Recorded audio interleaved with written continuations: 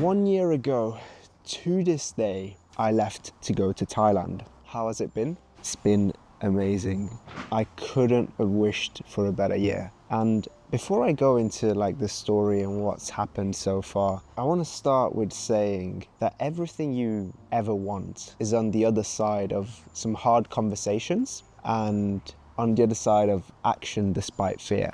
We're all going to have fear. You know, when we want to leave a job, leave a relationship, when we want to pursue something new, we're always worried about what if it doesn't work out? So I encourage you to play it out. What if it doesn't? Look at it. My friends are gonna make fun of me. I was like, so what? I'm not gonna find a new job, or my old job isn't gonna take me back. So what?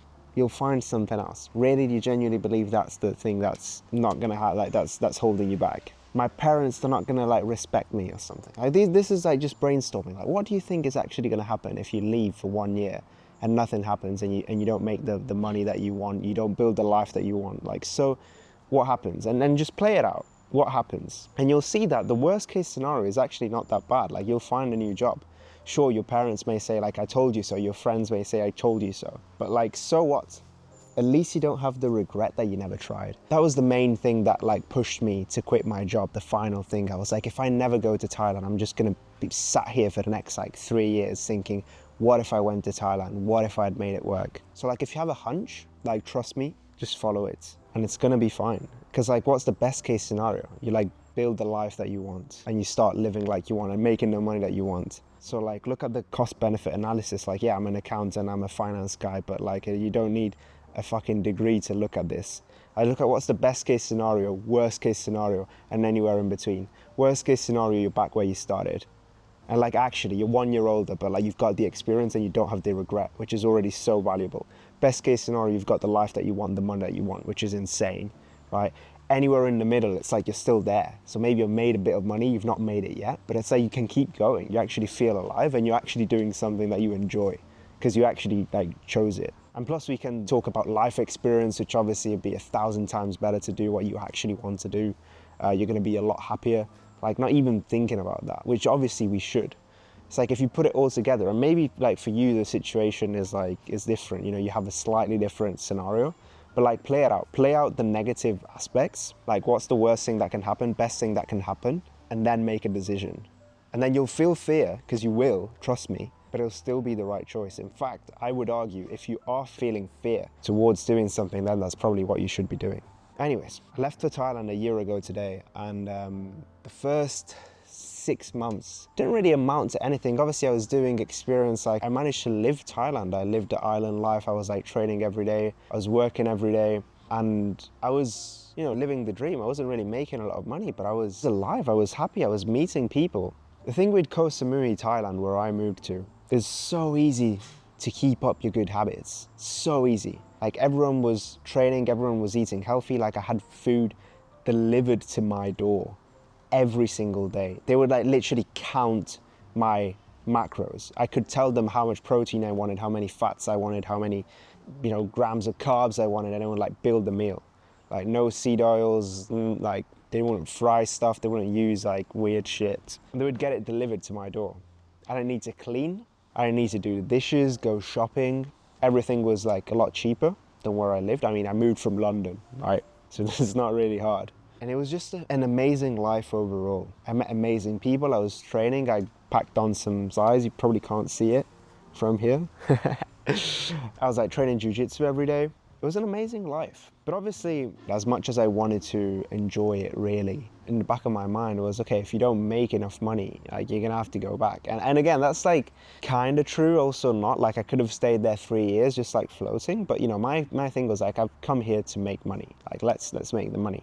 Like, there was a period I was literally like working every day. I was like waking up at 5 a.m. and meditating and reading and drinking the water and stretching and working out every day and doing 100 outreaches every single day. And nothing happened. Nothing happened for like, 3 months, 4 months, which is crazy. But again, like, Thailand, definitely recommend if you're starting out, as probably the best place to go. So cheap. You don't need to waste your time cooking, doing shopping and all of that stuff, right?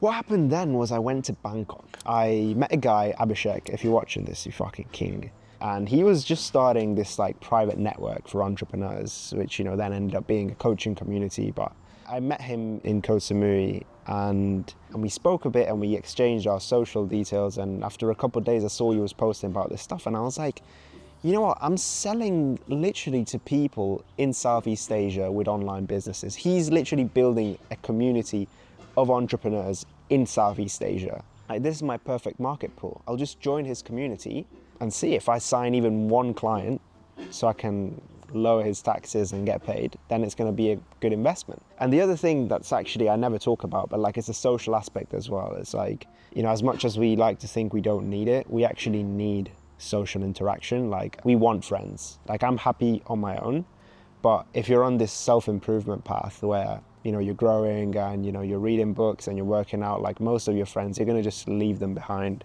and you're just not going to resonate with them anymore, and that's fine. And now you want new friends, and you want people who are also like working online and building businesses and training and pushing you. That was also like the second reason why I joined. And they were like organizing an event in Bangkok. I joined and I'd never been to Bangkok, and I was like, you know what, let's do this month in Bangkok before going back to the UK. So my visa was about to expire. I had 1 month. I was like, look, let's go to Bangkok. I've never been, let's see what happens. And at this time, like, bear in mind, I was making like 1K, maybe like 2K, not even 2K a month at the time in Jan. And then I joined the network. I went to Bangkok, and like in the space of a week, we made like 12K pounds in the space of a week, which at the time was mad. Now it's like, you know, it's obviously it's nice, but the first 10K, you never forget it. And you see these people online talk about it, and you see like, oh, I've hit 10K, 20K, 30K. And you kind of know it's real, but also you've kind of never met anyone. So you're like, I wonder what they're doing. So like one of the first days in Bangkok, like one of, you know, now my good friends started working together.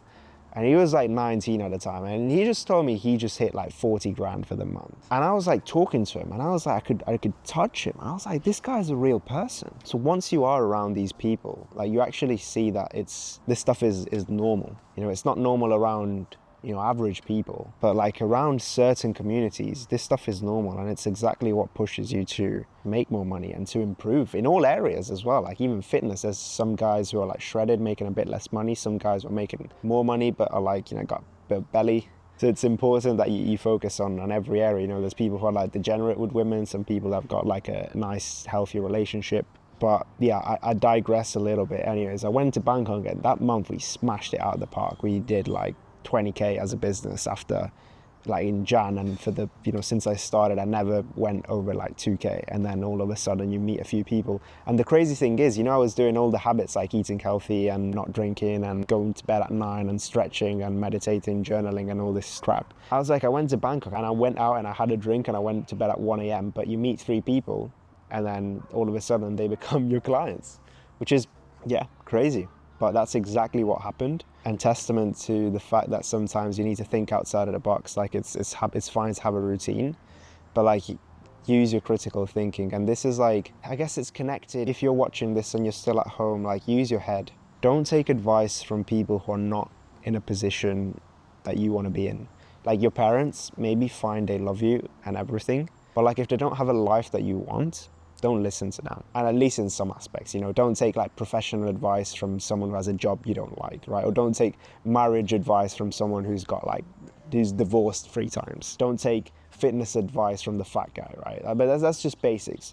Think with your own head, even if it's someone online, for example. I think there's a lot of stigma around, you know, the course sellers and people selling stuff online because, you know, the stuff with Dubai and the Lamborghinis and, you know, selling the courses. But like, there's actually a lot of legit people online right now. I have friends in Italy call me an influencer. Like the days of, you know, influencers is kind of dead. Like, yeah, there are a few people who monetize off the platform, off YouTube and Instagram. There's a lot more people who have maybe a few thousand followers, a few hundred followers even. They push their product and they sell an offer through the platform. They just have their own clients, they have their own offer, they just put out content to push traffic to sell their offer. Is that an influencer? Not really. But anyways, I digress. So that month in Bangkok was insane, and I came back to England and then the referrals started pouring in. And since then, we've actually hit like 10, 15K steadily every month until this month. This month we haven't actually, which sucks, but we're not at the end of the month yet. Actually, when you're watching this, it will be.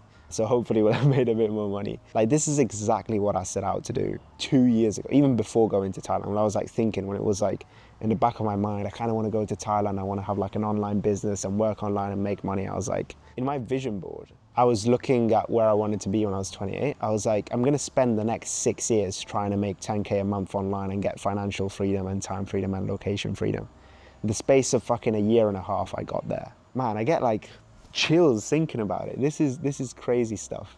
It's the stuff I used to dream of. Like 20-year-old Leo would be so fucking proud. I've grown so much. The people I met, the environments I hung out at, the workouts I did. And I had a lot of time, extra time, because I don't have to like clean my room and cook and go shopping and clean after. Because I had other people that were doing it for like very cheap. So that's another big thing. So then I came back, I spent March in the UK, April in Italy, and I was like going back to family. And everyone was just the same. And they were like, now you've done it. Now you can stay here. You don't need to go back to Thailand. Stay with us. My grandparents are like, you've done it now, yeah? You don't need to go back. But no, the thing with us, if you're watching this, we're ambitious. We don't stop. We like making progress. Like, this is exactly what we thrive on. We love it. We love making progress. Like, it's nice spending time with family, with your girlfriend, with everyone, but like, we live for progress, for improving, for like beating the competition. And this is something that a lot of people don't understand. Maybe, you sat in your room and you're young and you feel this way, but people around you are telling you to like settle and be happy with what you have, like never be. Be grateful for what you have, but never be satisfied. And this is the philosophy that I've taken with me for a while now. So I'm saying, since then, things have just been insane. I've gone back for a mastermind with the Willionaire Boys. That was a crazy experience. We rented out like a massive villa, went on like a yacht, we went on jet skis, ATVs, we had a videographer filming us like 24/7. I closed like a 10K deal, like poolside, with a view of the ocean. I gave a talk like on taxation in front of like, I think it was over like 20-25 digital entrepreneurs. It was crazy. I just got my name out there, built the social proof, and it was just an overall amazing experience. I went back to Koh Samui. Again, I trained, ate well. It's just such an amazing place. And now I'm back. Now I'm back again. I did feel a bit lost, I'll be honest, when I came back to Italy.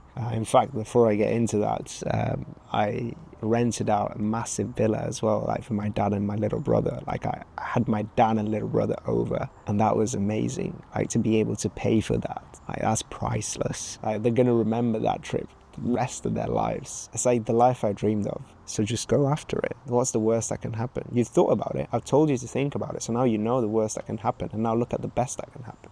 There's definitely room for improvement. But like, this is the life you want. Come and get it. Like, grow a pair of balls and go and get it. Like, I'm rooting for you. If you're watching this video, like if you sat through the whole video listening to me talk, you're probably on the right path. We're actually going to go back to Thailand in September, this time in Bangkok. And yeah, I'll keep you updated how that goes. We're growing. We're not going to stop anytime soon. So I'm glad you're here for the journey as early as you are. And yeah, I'll see you at the top. Thanks for watching this video. This is for the online entrepreneurs who are moving to Southeast Asia. If you need help with taxes, if you need my specific advice tailored to your situation, you can book a consultation call clicking the second link in the description. Or if you're after my free stuff, I've created a 0% tax masterclass. It's like a 1-hour presentation I gave to the Samui boys back in Thailand. I basically explain everything about taxation that you need to know as a digital entrepreneur. That's completely free. That's an hour, just pure content, pure knowledge. You can find that with the first link in the description.